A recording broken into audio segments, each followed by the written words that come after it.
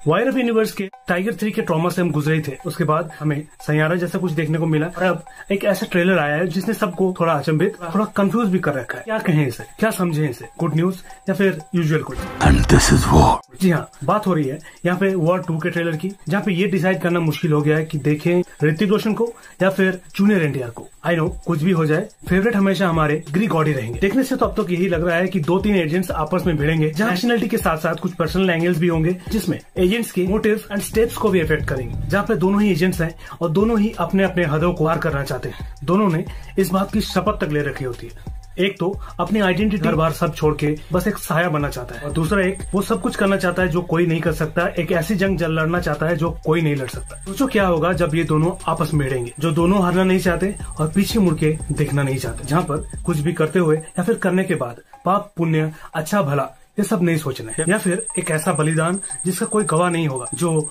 जान या फिर आत्मा से चुकाया जाए। साथ में मारने और मरने वाला कॉन्सेप्ट, ये सब तो ठीक है।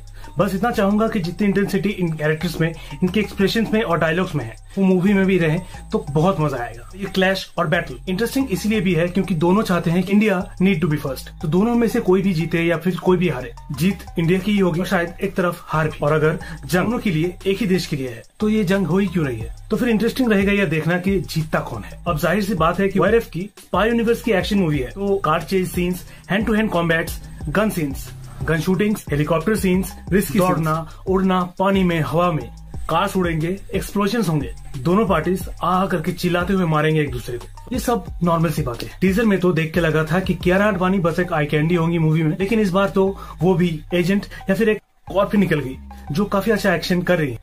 प्रेडिक्ट कर सकते हैं कि वो कर्नल लुथरा की बेटी भी हो सकती है। इन सब को छोड़ते हुए अगर कोई शो स्टील कर रहा है या फिर सारी नजरें अपने ऊपर गड़ा रहा है तो वो है हमारे कबीर, द ऋतिक रोशन। उनका लुक इस बार काफी इंटेंस है, क्रूएल है एंड काफी वायलेंस वाला है। ऐसा लग रहा है कि उनका कैरेक्टर काफी ज्यादा वायलेंट होगा, शायद इंसानों जैसा पेश भी ना आए। ट्रेलर थोड़ा सा कंफ्यूज भी करती है क्योंकि एक तरह से तो वो सैक्रिफाइसेस की बात कर रहे हैं, साथ में साया बनने की, तो वो युद्ध करेंगे या फिर सैक्रिफाइस करेंगे, ये देखना इंटरेस्टिंग रहेगा। जूनियर एनटीआर भी अपने रोल में सही थे, लेकिन पता नहीं क्यों उनके रोल पे, उनके कैरेक्टर पे मैं उनकी जगह जॉन इब्राहिम को ज्यादा विजुअलाइज इमेजिन कर रहा था।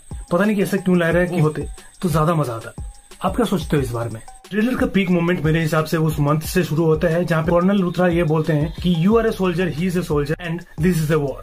और मूवी का सवाल भी यही है, जो अब दोनों सोल्जर्स हैं दोनों इंडिया के हैं, तो ये बैटल, ये लड़ाई किस लिए? वायरफ यूनिवर्स के हर मूवी में उनको शायद थोड़ा हाइप अप करने के लिए रखा गया, लाइक ये खतरनाक है, वो खतरनाक है, वो एक सोल्जर है, वो क्या करेगा, तुम क्या करोगे, लाइक इस तरह के एटमोस्फेयर क्रिएट करने के लिए। अब बस चिंता की बात यह है कि वीएफएक्स कुछ खास अच्छे लग नहीं रहे मूवी के, शायद बाद में इम्प्रूव हो जाए। वीएफएक्स कुछ टाइगर 3 जैसा लग रहा है, कुछ फ्रेम्स भी शायद एक ही तरह के, साथ में कुछ वर्ड के ट्रेलर के या फिर मूवी के सीन्स भी कॉपी टू कॉपी है। बस ऐसा लग रहा है कि ये भी टाइगर 3 जैसे ना बन जाए। चिंता इसीलिए भी और बढ़ती है क्योंकि हमने अच्छे मूवीज देखे हैं वायरफ के, वो सब सिद्धार्थ आनंद के थे। इस बार तो, पिछली बार तो टाइगर 3 मनीष शर्मा को दे दिया गया, उसका हाल आपने देखा। और अब वॉर 2 चली गई है अयान मुखर्जी के हाथ में, जिन्होंने इससे पहले एक्शन कोरियोग्राफ नहीं किया, एक्शन मूवी नहीं बनाई। उनका हाथ फैंटेसी में काफी अच्छा है, जो हमने ब्रह्मास्त्र में देखा, लेकिन पता नहीं वो इस मूवी के साथ क्या करेंगे। एक्शन कोरियोग्राफी थोड़ी यूनिक होगी, एक्शन सीन्स थोड़े यूनिक लगेंगे, तभी मूवी अच्छी लगेगी, क्योंकि मूवी का सेलिंग पॉइंट ही इसका एक्शन है। स्टोरी तो यूजुअल से हमें पता चल रहा है शायद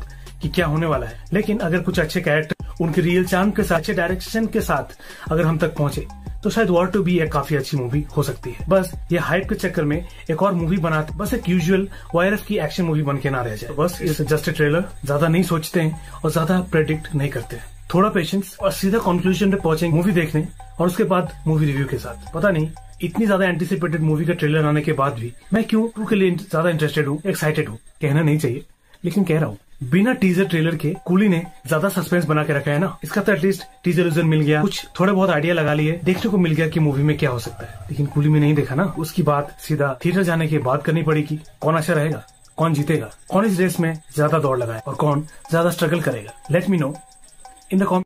सो अभी के लिए वीडियो अच्छी लगी लाइक करो और याद से चैनल को सब्सक्राइब कर लेना। मिलेंगे अगले वीडियो में, सो तब तक के लिए टेक केयर, बाय।